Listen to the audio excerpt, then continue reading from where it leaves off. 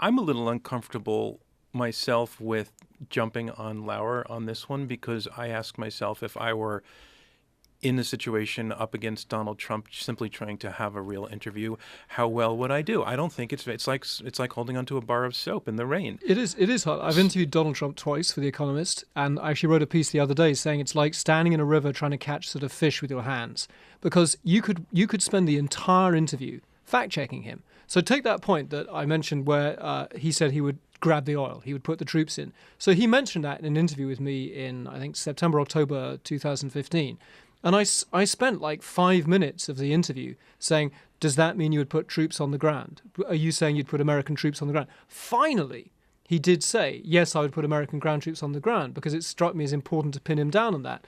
Doesn't actually pin him down at all, because he carries on saying it, but you can waste your entire time with Donald Trump fact-checking him. That's true. And bears stand in the river and are able to catch salmon pretty easily, but we don't like having to have the claws out in the same way that that bears have to be able to catch those fish. Now, at the same time, I think that things have moved dramatically when it comes to this campaign, because most campaigns, politicians have a position that they stick to, that they have thought about, that they publish white papers on, that they post on their website, and people can go look them up. You can go in a linear way and say, okay, well, you say X, this foundation says that it would cost Y. Why would you do that? Why would your priorities be set this way? When it comes to Donald Trump, you're not quite sure, and I don't think he's quite sure what his position will be on certain things. I mean, look at immigration. I'm sorry. I'm not going to let Matt Lauer off the hook here. Look, the problem here wasn't necessarily, yes, it is a hard thing to interview Donald Trump, but the problem here wasn't so much that he, didn't